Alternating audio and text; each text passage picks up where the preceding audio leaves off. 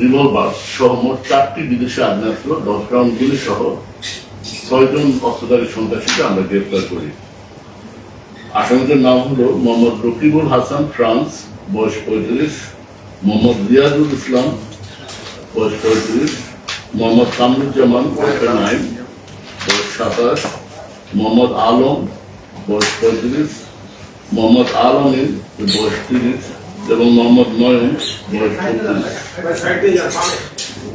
এই গ্রেপ্তারকৃতদের হেফাজত থেকে এই অবৈধ অস্ত্র এবং গুলি উদ্ধার করা হয়। আমরা গোয়েন্দা তথ্য মারফত জানতে পারি যে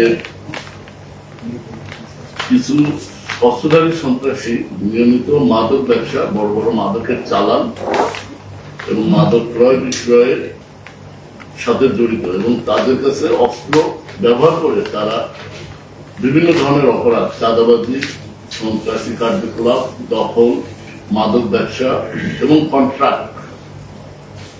কন্ট্রাক্টের মাধ্যমে যে অপরাধগুলো হয়ে থাকে এই অপরাধ পরিচালনা করে আসছে।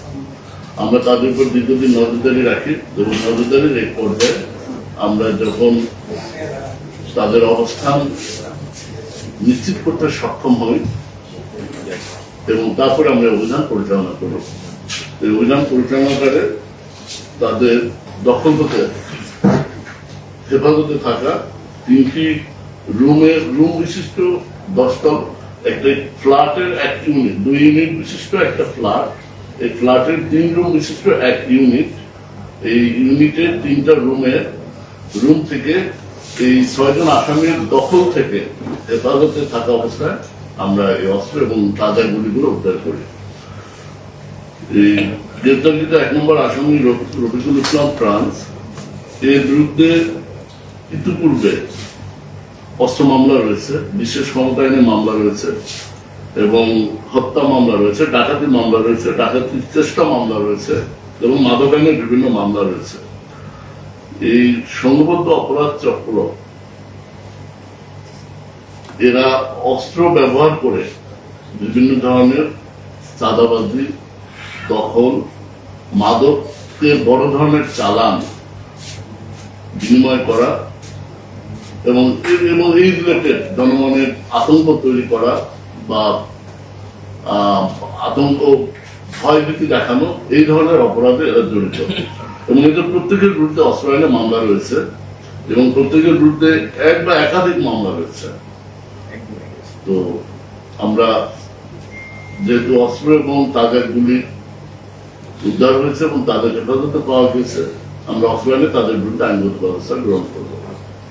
এই আইনগত ব্যবস্থা গ্রহণ প্রক্রিয়াধীন। আরো কিছু তথ্য পাওয়া গেছে, এদের কিছু সহযোগীকে আমরা শনাক্ত করার চেষ্টা করছি।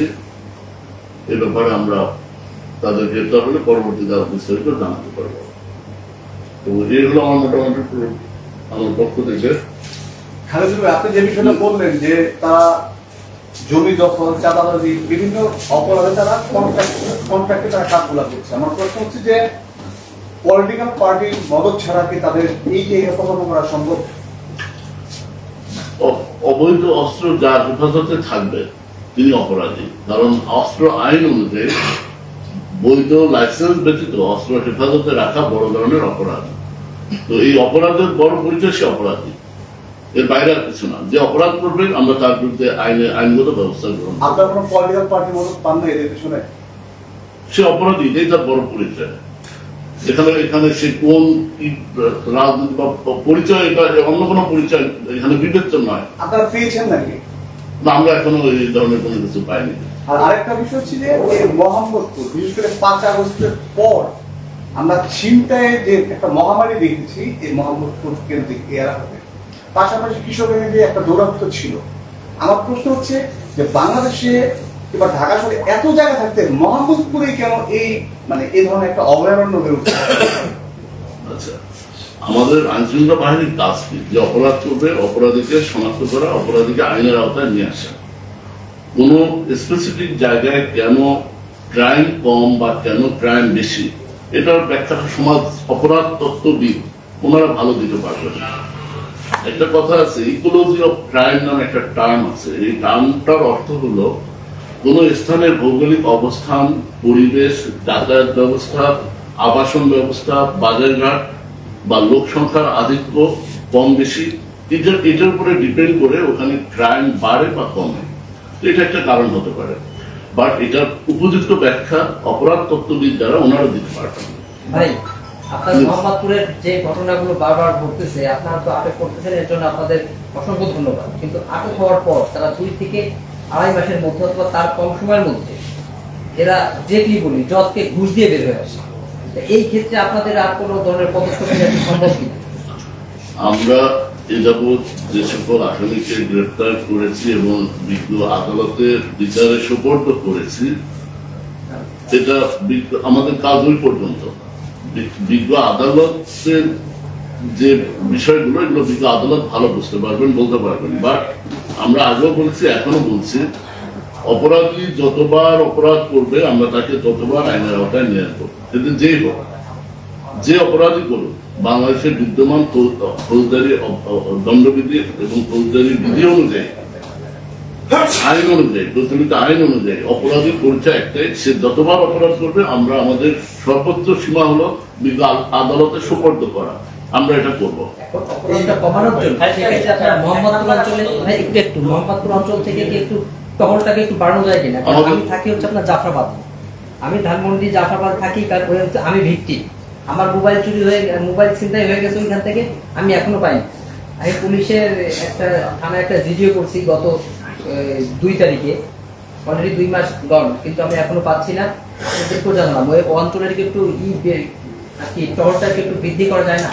আচ্ছা, ধন্যবাদ। আপনারা জানেন যে এই 5 আগস্ট পরবর্তী জানুয়ারি ফেব্রুয়ারির সময়টা আমরা খুব মোহাম্মদপুর এই আদাবর এই এলাকায় ছিনতাই, চাঁদাবাজি, বিভিন্ন অপরাধের মাত্রাটা অনেক বেড়ে গিয়েছিল। আপনারা দেখেছেন, টিভি মিডিয়া খুললে এই রিপোর্টগুলো হরানটা দেখা যেত। এখন কিন্তু এটা দেখা যায় না, খুব কম। আমি ভোট একদম বন্ধ হয়ে গেছে এটা বলবো না, এখনো ঘটছে, কম। এটা আমরা চেষ্টা করছি, আমাদের চেষ্টা অব্যাহত রয়েছে। আমরা সর্বাত্মক চেষ্টা, এখানে আমরা 0 টলারেন্স মাদক, ছিনতাই, চাঁদাবাজি, অর্থাৎ যে কোনো ধরনের অপরাধীদের বিরুদ্ধে আমাদের অবস্থান কঠোর। এবং আপনি যেটা বললেন, আমাদের রাউন্ড দ্য ক্লক 24টা টহল, মোহাম্মদপুর, আদাবর, ধানমন্ডি, নিউ মার্কেট এবং আমাদের 9টা থানা কেন্দ্রিক র্যাব 2, শুধু র্যাব 2 না, প্রতিটা ব্যাটালিয়ন এবং র্যাব হেডকোয়ার্টার থেকে আমরা ভাবে নির্দেশিত আমাদের সর্বোচ্চ টহল রাস্তায়, মহানগরের টহল চলমান, টহলের কোনো ঘাটতি নেই। এবং পাশাপাশি আমাদের গোয়েন্দা টিম নজরদারি অব্যাহত রাখে। আমরা যে সকল সংঘবদ্ধ অপরাধ চক্র অপরাধ করে বা অপরাধীর তারা প্রস্তুতি গ্রহণ করে, আমাদের গোয়েন্দা, শক্তিশালী গোয়েন্দা টিম তাদেরকে অনুসরণ করে আমরা তাদের আইনের আওতায় নিয়ে আসি। এটা অব্যাহত রয়েছে, অব্যাহত থাকবে।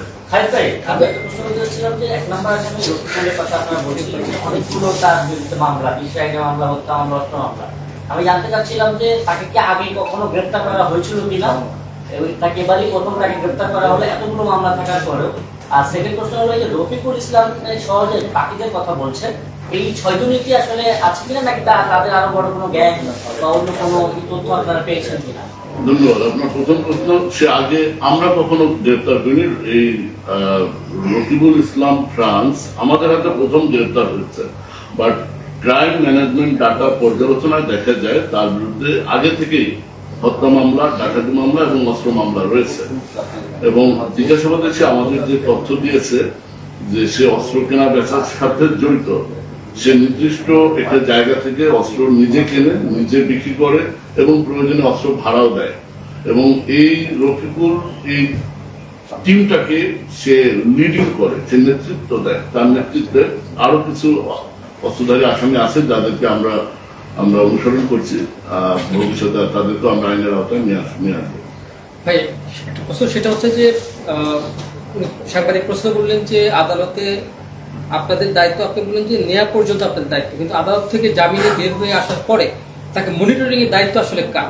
সে যদি অপরাধে জড়ায় সেই দায়িত্ব কি আপনাদের কিনা? আরেকটা প্রশ্ন হচ্ছে যে মোহাম্মদপুর বুড়িগঙ্গা ঘেঁষা এবং বুড়িগঙ্গার এই পাশ থেকে ওই পাশ থেকে মাদক এবং অস্ত্র আনা নেওয়া হয়, এইসব বিভিন্ন হটস্পট আছে যেগুলো বিভিন্ন সময় গণমাধ্যমে উঠে এসেছে, কিন্তু ওই জায়গাগুলোতে আপনারা মানে কি পরিমাণে কিভাবে দায়িত্ব পালন করছেন, নাকি আপনাদের বৈধ দুর্বলতা আছে যে কোন দিক দিয়ে অস্ত্র আনা হচ্ছে বা কি মাদক আনা হচ্ছে সেই বিষয়ে? কোনো ফৌজদারি অপরাধে অভিযুক্ত কোনো আসামি যদি বিজ্ঞ আদালত থেকে জামিন নিয়ে এসে পুনরায় অপরাধ করে, তাহলে পুনরায় তাকে গ্রেফতার করতে বা তার বিরুদ্ধে আইনগত ব্যবস্থা নিতে কোনো বাধা নেই। এক্ষেত্রে সে জামিনে এসে যে আবার অপরাধে লিপ্ত হচ্ছে, এই বিষয়টা আইন শৃঙ্খলা বাহিনীর বিষয় না, এটা বিজ্ঞ আদালতের বিষয়। বা জামিনের যে শর্ত আছে, যে বিধিবিধান আছে, এটা সেখানে যারা এটা পর্যালোচনা করেন এটা তাদের বিষয়, বিজ্ঞ আইনজীবী, বিজ্ঞ আদালত তাদের বিষয়। বাট যখন কেউ ফৌজদারি অপরাধ সংগঠন করবে, সাথে সাথে এটা আইন শৃঙ্খলা বাহিনীর এখতিয়ারের মধ্যে চলে আসবে এবং তার বিরুদ্ধে শুধু আইন শৃঙ্খলা বাহিনী কেন, জনসাধারণ তার বিরুদ্ধে ব্যবস্থা নিতে পারে। আপনারা তো অনেক আসামি ধরে দেন, ধরে আপনারা পুলিশে সোপর্দ করেন বা আইন শৃঙ্খলা বাহিনীর কাছে সোপর্দ করেন। এখন মাঠে বাংলাদেশ সেনাবাহিনী ম্যাজিস্ট্রেসি পাওয়ার নিয়ে কাজ করছে। যে কোনো আইন শৃঙ্খলা বাহিনীর কাছে আপনারা যে কোনো অপরাধে অভিযুক্ত আসামিকে বা অপরাধীকে শনাক্ত করতে কোনো বাধা নেই, করতে পারবেন। আপনি বলছেন যে ওনারা অস্ত্র কেনা বেচা করছেন, ভাড়া দিচ্ছেন এবং সেই অস্ত্র বিভিন্ন জায়গায় সরবরাহ করছেন। তো এই যে অস্ত্রটা যে তাদের কাছে আসতেছে, তারা কোন জায়গা থেকে কিনছে, তাদের কোনো তথ্য আপনারা পেয়েছেন কিনা, বা কারা তাদেরকে মদত দিচ্ছে? হ্যাঁ, ধন্যবাদ। এটা একটা সংঘবদ্ধ অস্ত্রধারী সন্ত্রাসী চক্র। এমন কোনো অপরাধ নেই এই চক্রের লোকজন করে না। চাঁদাবাজি, জমি দখল, কন্ট্রাক্ট অপরাধ, বড় মাদকের চালান, গোল্ড স্মাগলিং থেকে শুরু করে ইভেন কাউকে ভয়ভীতি দেওয়া, হুমকি দেওয়া, এগুলো তারা করেছে এবং তার প্রাথমিক জিজ্ঞাসাবাদে আমরা তথ্য পেয়েছি।